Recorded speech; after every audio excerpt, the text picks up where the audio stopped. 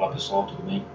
Nessa aula de hoje a gente vai continuar nossa revisão de técnicas de controle para a gente poder controlar a nossa máquina. Na aula passada a gente relembrou alguns tópicos de controle, né?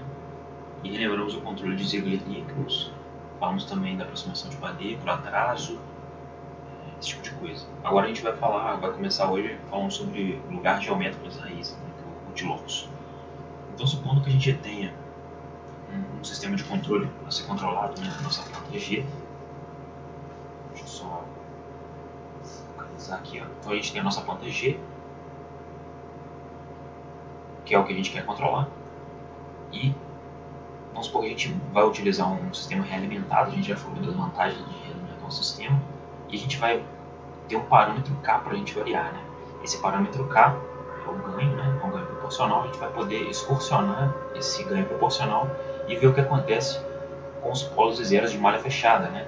Uma função, por exemplo, vou chamar aqui de função de transferência de malha fechada, que relaciona a saída y de S, né, com a entrada R de S.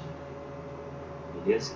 Então a gente vai, o Goldilocks serve para isso. A gente varia o parâmetro K e vê o que acontece com os polos e zero, os polos de malha fechada. Então supondo que a gente tenha a relação y de S sobre R de S aqui, que vai ser a nossa função de transferência, a gente vai ter esse parâmetro K. Se a gente olhar só essa parte de baixo aqui, ó, o denominador, essa equação chama equação característica.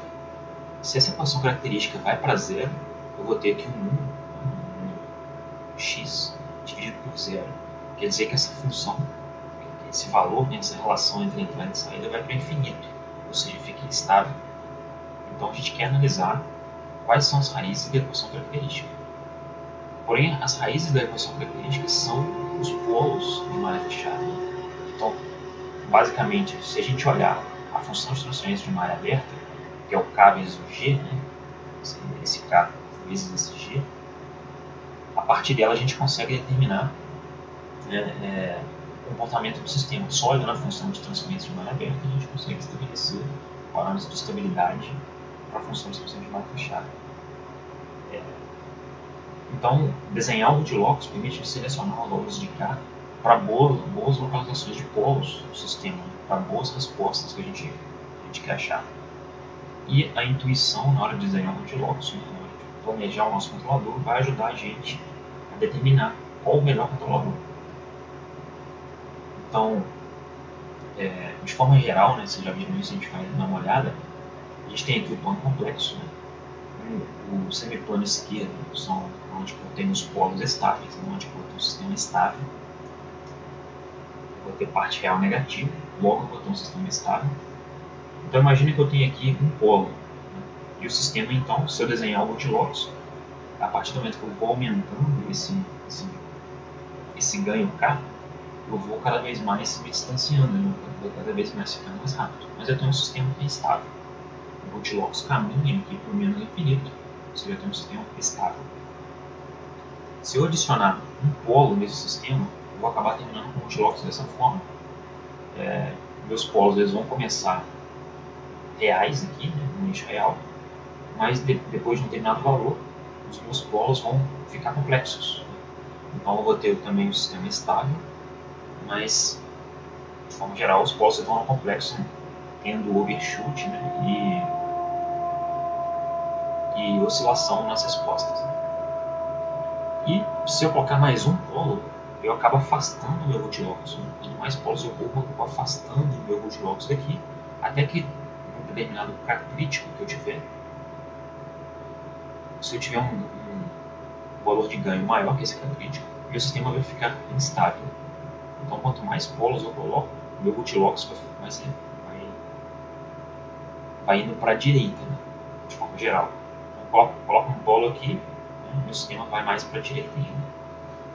Em algumas partes do sistema é estável, né, para um K pequeno, mas para um K grande ele acaba ficando instável, de forma geral.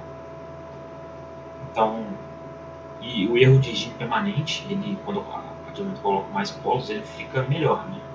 Só que eu fico mais instável. Então, resumindo as vantagens de se adicionar um polo no plano esquerdo. Primeira coisa, o meu Goldilocks vai para a direita, né?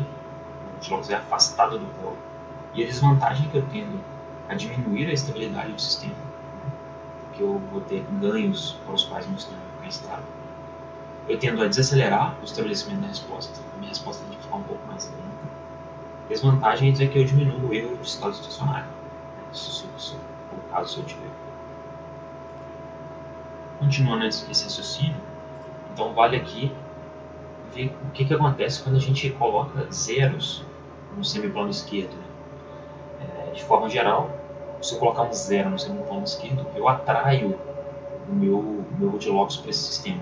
Então, supondo aqui que eu parei onde eu tinha terminado. Eu tenho aqui um sistema que tem 3 polos. Eu vou ter um Goldilocks dessa forma, aqui eu vou ter um K crítico. Se eu passar desse valor K crítico, eu vou acabar ficando com o meu sistema instável. E aí eu tenho algumas possibilidades. Se eu adicionar um zero um pouco mais longe dos outros polos, que é esse caso aqui, coloquei aqui um zero, o meu Goldilocks ele passa a ficar estável. Antes eu tinha uma estabilidade, eu atraí, meu Goldilocks estava para cá, eu atraí ele para o semiplano esquerdo e acabei ficando mais estável. Porém, eu ainda, para alguns ganhos, eu vou ter oscilação do overshoot. Se eu tiver esse sistema de 3 polos e colocar um zero entre 2 polos, eu acabo atraindo mais ainda no sistema de Goldilocks. O Goldilocks se afasta um pouquinho do eixo imaginário. Ele fica um pouco mais rápido, dependendo aqui do ganho que eu escolher. Mas de forma geral, o zero atrai meu Goldilocks. E aqui é a mesma coisa, repara que se eu colocar um zero nesse ponto, meu Goldilocks ele aparece em outro lugar, ele fica um pouco mais rápido. Ele diminui um pouco a oscilação dependendo de onde eu escolher. Mas de forma geral, eu ainda tenho um pouco de atração aqui pelo zero. Meu Goldilocks se desloca um pouquinho para cá para ser atraído por esse zero. Cabe aqui uma nota que não é possível adicionar fisicamente um zero sem um polo. O que a gente faz é colocar um zero em uma localização que a gente quer. Vamos supor, nesse ponto aqui, coloquei aqui um zero aqui. E aqui eu acabo colocando um polo um pouco mais distante aqui, de forma que eu botei aqui uma função de transferência, ela vai ser, por exemplo, um S mais meu zero dividido por S mais meu polo. Então eu acabo colocando esse polo bem mais distante aqui do meu eixo e meu zero onde eu quiser. Essa é uma forma de fazer, de implementar uma parcela derivativa, que é o próprio zero. Resumindo então aqui, se eu adicionar um zero no semiplano esquerdo, eu acabo puxando aí, entre aspas, o lugar geométrico para a esquerda, mais para perto do polo, na verdade. E a vantagem disso é que eu torno o sistema um pouco mais estável, já que eu estou atraindo meu polo, atraindo meu Goldilocks para a esquerda, eu estou tornando ele mais estável. Eu tendo a acelerar o estabelecimento da resposta. Fisicamente isso acontece porque eu estou colocando um derivativo no sistema. E isso quer dizer que eu estou colocando uma antecipação no sistema. E aí eu acelero a minha resposta transitória. A desvantagem é que eu posso piorar meu erro de regime estacionário dependendo do caso. Então, sempre existe aí um trade-off. E aqui o mais importante, como que a gente faz para projetar controladores utilizando esse wireless raiz, o LGR aqui. A ideia geral, então, vocês já viram, a gente está só revisando, é utilizar os critérios de performance que a gente definiu no anterior. E a partir desses critérios de performance, que geralmente é dado na questão, no problema em questão, se for uma máquina, se for um motor, se for um processo, eu estabeleço uma região de boa performance, onde eu devo colocar ali nos polos zeros. A partir disso, eu vou colocando faço um projeto do controlador, aí mais pela intuição, determino ali um PI, determino algum tipo de controlador que eu deseje e aloco meus polos zeros nessa região de boa performance, tendo a colocar meu Goldilocks naquela região que eu quero. E depois eu testo meu controlador, se não deu certo, eu tento ajustar um pouco. Basicamente isso é que a gente vai fazer. Então, a gente vai ter aqui a performance desejada, eu vou ter um determinado sobressinal, um determinado tempo de sumida, uma determinada banda de frequência, vou falar um pouco disso. A partir disso, eu coloco as minhas métricas no domínio do tempo, né? Eu passo as minhas métricas no domínio do tempo para a localização de polos, e aí eu vou ter ali minha taxa de amortecimento, né, que é esse zeta, vou ter a minha frequência natural, que é esse ômega n. Esses dois caras eles vão me mostrar onde que eu devo colocar. Meu polo aqui tem um sigma também. Onde que eu devo colocar meus polos e zeros. Projeto meu controlador e testo. A gente vai passar esse passo a passo aqui desse jeito de projetar no lugar das raízes. Antes disso, fala um pouquinho de largura de banda de frequência, né? É uma métrica utilizada para avaliar a performance dos sistemas dinâmicos. É um outro tipo de métrica para avaliar a performance. Ele mede o quanto um sistema fica degradado com o aumento da frequência. Então, um diagrama de Bode que você já conhece. Eu tenho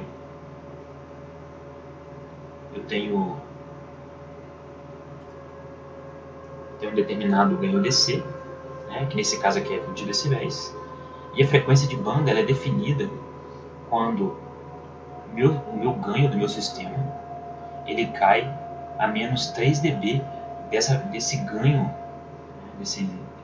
CC. Então meu ganho CC aqui é 20 decibéis. Quando eu caio aqui para 17 decibéis, quer dizer que eu caí menos 3 dB dessa faixa. Essa frequência aqui de menos 3 dB em relação ao ganho DC, lembrando aqui que não é em relação ao zero, né? Em relação ao ganho dB, ao ganho DC, essa frequência aqui é chamada de frequência de banda, né? A banda de frequência do meu sistema é definida dessa forma. Então, pegando aqui a definição, a largura de banda é a primeira frequência onde o ganho cai abaixo de 70%, né? Que é o menos 3 dB do ganho CC. Comando no MATLAB para a gente pegar essa banda de frequência, esse bandwidth, a gente faz a função de transferência, né? E joga esse comando e vai me dar justamente essa frequência aqui. Nesse caso aqui é em torno de 1.5. Quer dizer que se eu tiver um sinal aqui senoidal com a frequência de 1.5, minha amplitude ela vai estar em 70% da amplitude da minha entrada. É basicamente isso que ele está me dizendo aqui. E aí a gente define a largura de banda. Se eu tiver aqui uma largura de banda, né? Se eu tiver frequências menores, quer dizer que eu tenho um sistema que ele responde bem a minha entrada, né? Ele vai dar um ganho, ele vai fazer o que eu estou esperando. Se eu tiver uma excitação maior que essa frequência de banda, aqui é minha atenuação. Minha atenuação vai sendo cada vez maior. E aí eu já não consigo acompanhar mais, meu sistema já não consegue acompanhar mais. A gente pega esse diagrama de Bode de acordo com esse filtro passa baixa, porque a maior parte dos sistemas físicos são passa baixa. A baixas frequências eles vão responder da maneira que a gente quer, mas as altas frequências eles vão acabar cortando. Então aqui eu coloquei um exemplo, né? Um exemplo de diagrama de Bode simples, a função de transferência aqui é 100 sobre S mais 100, e esse T aqui como senoide, né? Que é esse ômega n ao quadrado dividido por ômega n ao quadrado dividido por S ao quadrado mais ômega n ao quadrado. Esse aqui vai ser o meu input e esse aqui vai ser a minha função de transferência G. Então se eu excitar esse meu sistema por uma frequência aqui que eu dei de 10 radianos, né, que nesse caso aqui a minha frequência de banda ela é em torno aqui de 100, né? Então eu vou ter 100 radianos para a frequência de banda. E é 100 radianos por segundo. Então se eu excitar com 100 radianos por segundo, meu sistema vai acabar acompanhando bem. Então eu vou ter um ganho aqui, como eu tenho 0 dB, eu vou ter um ganho unitário. Então eu vou acabar a minha entrada e a minha saída, elas vão estar bem acompanhando certinho, para 10 radianos por segundo. Se eu escolher uma frequência aqui de 100, que é exatamente a largura desse banda, né, eu vou estar aqui com mais ou menos 70% de decaimento. Então aqui eu estou excitando aqui com 100 radianos por segundo. Excitando com 100 radianos por segundo, eu acabo tendo uma defasagem, para que eu tenha uma defasagem, e eu vou ter também um decaimento na amplitude. A minha amplitude já não é o que eu gostaria mais. Mas, dependendo do que a gente vai fazer, ainda é relativamente aceitável. Mas, porém, quando eu coloco aqui radianos, né, no K, radianos por segundo, o meu sistema já não acompanha mais. Eu vou estar funcionando aqui como um filtro para pegar a componente DC, né? Meu componente DC vai lá para 1. Já não consigo mais trabalhar com o sistema. Então, é basicamente isso. Para frequências maiores que minha frequência de banda, eu não respondo bem mais. Para frequências menores, eu acabo rastreando mais. Então, esse é um parâmetro, uma métrica interessante que a gente vai utilizar para projetar sistemas nos lugares raízes. Então, uma outra coisa interessante também é falar sobre os polos dominantes, né, ou modos dominantes. Em termos gerais, né, as dinâmicas que parecem mais fortes, são mais significativas na resposta, a gente chama de modos dominantes.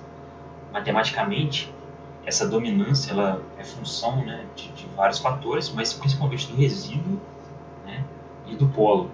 O resíduo que a gente fala aqui é o numerador, né, quando eu faço frações parciais, o resíduo é essa parte que é o numerador aqui do sistema.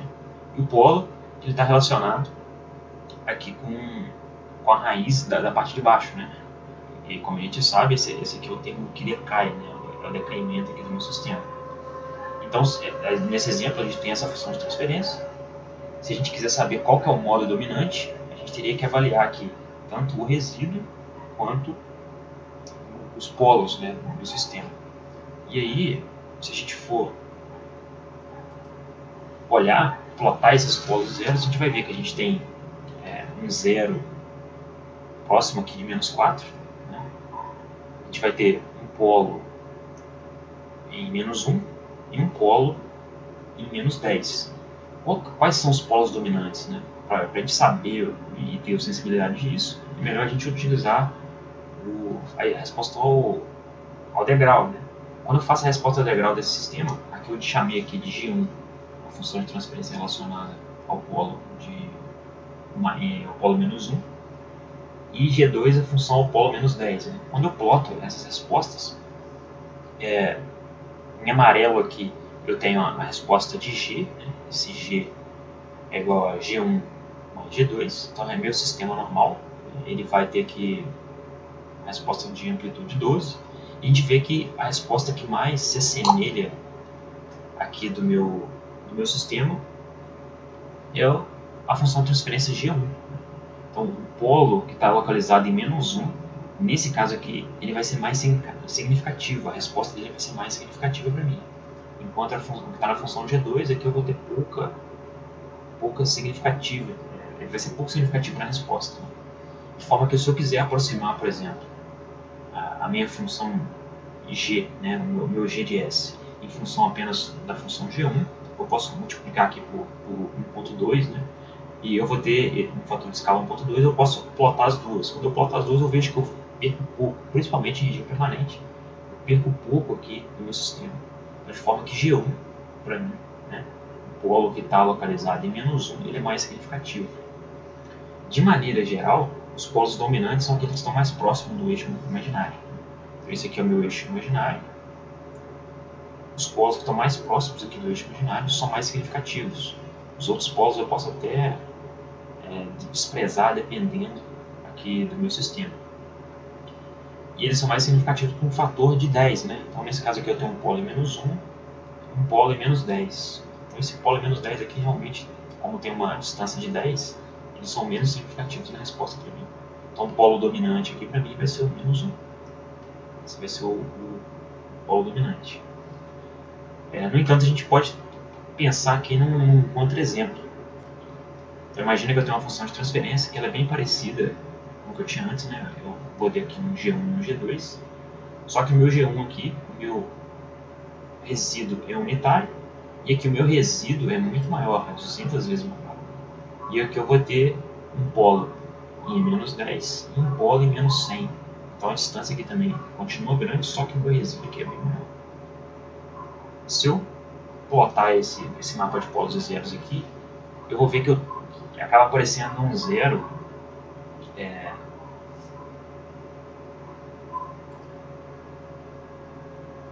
quando eu calculo aqui o G, vai acabar aparecendo um zero muito próximo aqui do menos 10, né? Deixa eu voltar aqui. Então vai acabar aparecendo aqui um polo, quando eu junto essas duas funções, né? Aqui eu abro inflações parciais.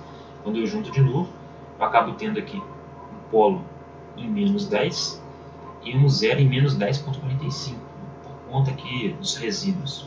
De forma que esse polo, para mim, ele está quase se anulando aqui com zero. Então eu vou ter um polo em menos 10 e um polo aqui em menos 100. Só que esse polo aqui está quase se anulando aqui com zero do meu próprio sistema, né? Por conta da função de transferência.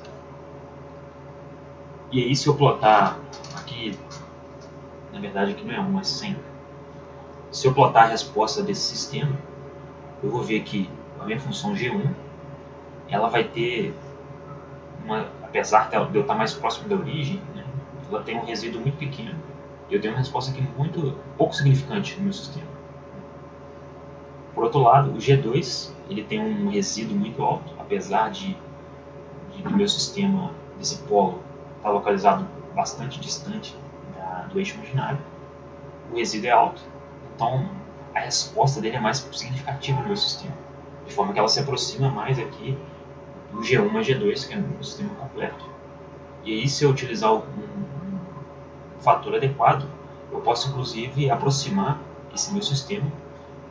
Mais uma vez aqui é 100. Eu posso aproximar esse meu sistema G, eu posso aproximar como sendo o G2, sendo que o G2 aqui é um polo localizado em menos 100. Então a gente vê que nem sempre o polo dominante é aquele que está mais próximo da origem, né? De forma geral, sim, mas nem sempre é isso que acontece, porque eu dependo também dos resíduos. Então esse polo aqui que está mais próximo da origem, ele acaba sendo cancelado. Né? E o polo dominante aqui para mim vai ser esse polo aqui que está localizado mais distante. Então, para revisar, né? De modo geral, os polos dominantes são aqueles mais próximos do eixo imaginário, com um fator de 5 a 10. Se eu tiver um polo que é 10 vezes maior, ele está 10 vezes mais longe do eixo imaginário, eu posso às vezes desconsiderar a dinâmica dele. No entanto, de forma mais precisa, a gente tem que considerar os resíduos e também os polos desses sistemas. Tendo que resíduos estão relacionados à amplitude significativa, né?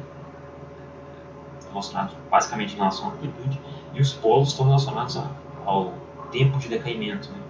Quanto tempo essa dinâmica se sustenta até decair a zero. E o que é mais importante aqui, né? Essa volta toda para falar isso, que no controle clássico, os sistemas de ordem superior, né, quando eu tenho um sistema de terceira, quarta ordem, um sistema de ordem maior, esse sistema é frequentemente ajustado através do controlador que a gente vai projetar para ter um par de polos complexos conjugados dominantes em área fechada. Então um polo, um sistema que ele tenha aqui é o eixo real e aqui é o eixo imaginário. Um sistema que tem vários polos. Eu tento aproximar esses polos aqui através do meu controlador para que ele fique um polo complexo conjugado, né? E esse polo complexo conjugado seja o polo dominante, né? Os outros polos vão estar todos aqui mais juntinhos e eu posso até desprezá-los. A gente faz esse tipo de coisa, né, no controle clássico para reduzir o efeito de não linearidades, né, como zona morta, folga e atrito. A presença desse sistema complexo conjugado com as oscilações ajuda a melhorar a performance nesse tipo de sistema não linear. Então, por esse vídeo é só, pessoal. Espero que seja útil no estudo de